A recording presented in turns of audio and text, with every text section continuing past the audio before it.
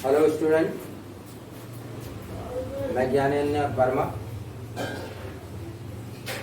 आपको आज के वीडियो में आपका स्वागत है। आज के इस वीडियो में हम क्लास 9 की मैथमेटिक्स एनसीईआरटी बुक का पहला चैप्टर संख्या पद्धति में घातांक का नियम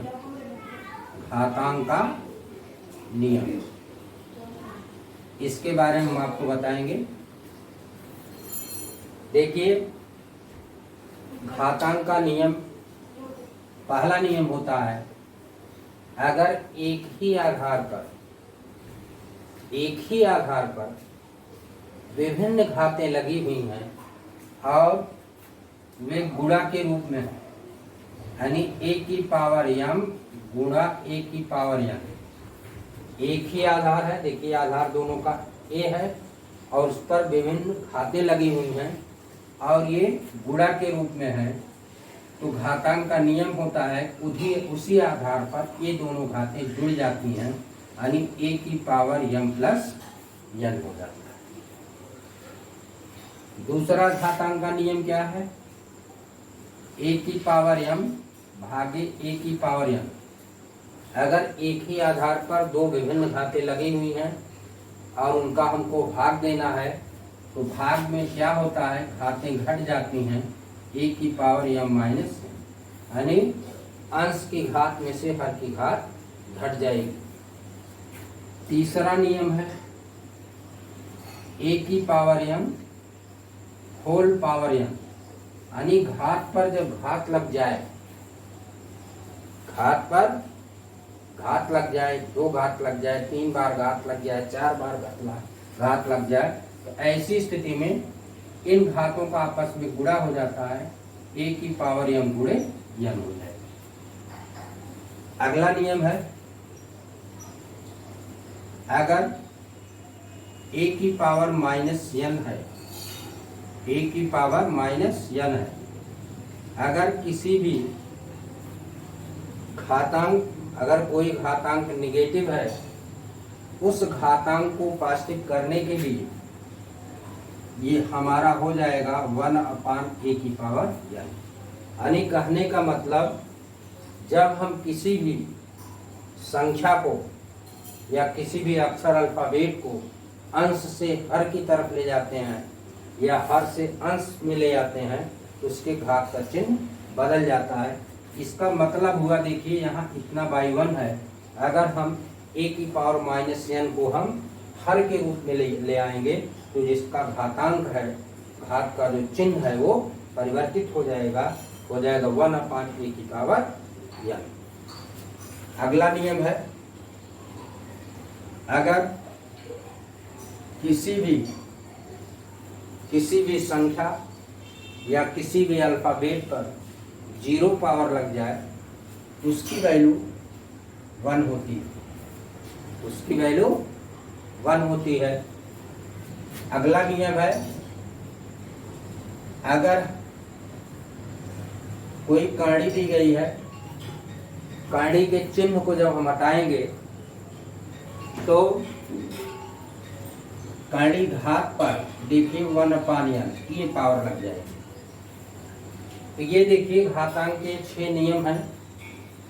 इन्हीं नियमों के माध्यम से हम घातांक के क्वेश्चनों को सॉल्व करते हैं और यह घातांक का जो नियम है, इस पर आपको तमाम कंपटीशन में इस घातांक पर आपको क्वेश्चन मिलेंगे, अच्छे क्वेश्चन आपसे पूछे जाएंगे। तो घातांक का यह आपका बेस है और इस पर हम हर नियम पर एक एग्जाम्पल दे करके आपको हम समझा रहे हैं। तो देखिए, आपका पहला नियम जो है, इस पर हम एक उदाहरण लेते हैं। जैसे मान लीजिए एग्जाम्पल हम लेते हैं, जैसे मान लीजिए 3 की पावर 5 इंटू 3 की पावर 2 लिखी गई और आपसे कहा जा रहा है कि इसको सरल कीजिए। तो देखिए, दोनों का आधार समान है और ये दोनों गुणा के रूप में लिखा गया है।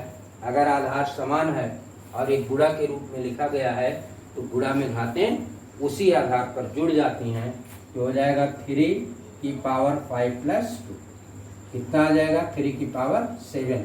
यही आपका क्या हो जाएगा, आंसर हो जाएगा। ये आपके पहले नियम पर एग्जाम्पल है। दूसरा एग्जाम्पल देखिए, दूसरे नियम पर अगर मान लीजिए 7 की पावर 3, 7 की पावर 3 आगे 7 की पावर 2। अब देखिए दूसरे नियम पर, देखिए एक ही आधार पर घातें लगी हुई हैं और इन दोनों का भाग दिया जा रहा है, तो भाग में घातें क्या होती हैं, घट जाती हैं। देखिए a की पावर m माइनस n आ गया, यहाँ पर क्या हो जाएगा 7 की पावर 3 माइनस 2, कितना आ जाएगा 7 की पावर 1 मीन्स 7। ये आपका क्या हो जाएगा, ये आपका आंसर हो जाएगा। ये दूसरे नियम पर एग्जाम्पल हमने दिया। अब आप तीसरे नियम पर एग्जाम्पल देखिए, एग्जाम्पल 3 देखिए। तीसरे नियम पर जैसे लिखा गया है 2 की पावर 5 की पावर 3, 2 की पावर 5 की पावर 3, तो इसको अगर हमको सरल करना है तो अगर घात पर घात लगती है, देखिए तीसरा नियम क्या करता है, घातों का आपस में गुणा हो जाता है।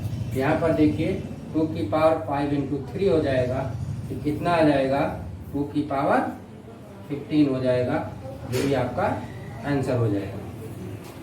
अब आप अगले नियम पर चलिए। अगला नियम देखिए, a की power minus n is equal to 1 upon a की पावर n होता है। यहाँ पर देखिए 3 की पावर माइनस 5 लिखा गया है, इसको आप लिख सकते हैं 1 अपान 3 की पावर 5। या अगर कोई चीज़ इस तरह से लिखी गई है 1 अपान 2 की पावर 3 और इसको हम अंश के रूप में ले जाएंगे, हम लिख सकते हैं इसको 2 की पावर माइनस 3।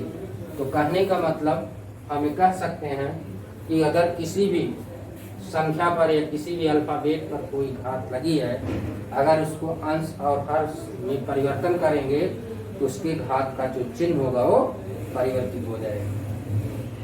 आप देखिए अगले नियम पर देखिए a की पावर 0, जैसे 3 की power 0 that is equal to 1 आ जाएगा। ठीक, किसी भी संख्या किसी भी अक्षर पर अगर 0 पावर लग जाए तो उसकी वैल्यू क्या हो जाएगी, 1 हो जाएगी। जैसे x की power 0 that is equal to 1। तो किसी भी संख्या या किसी भी अक्षर पर अगर शून्य घात लग जाती है तो उसका मान क्या आता है, 1 आता है। फिर देखिए अगले नियम पर ये आपका एग्जाम्पल 5 हुआ, एग्जाम्पल 6 हुआ। अगले नियम पर जैसे लिखा है 3 रूट ऑफ 5, अगर इसके करणी के चिन्ह को हम हटाएंगे तो 5 पर क्या होगा 1 अपान 3 पावर लग जाएगी। देखिए यहाँ पर क्या है, यहाँ रूट ऑफ a है।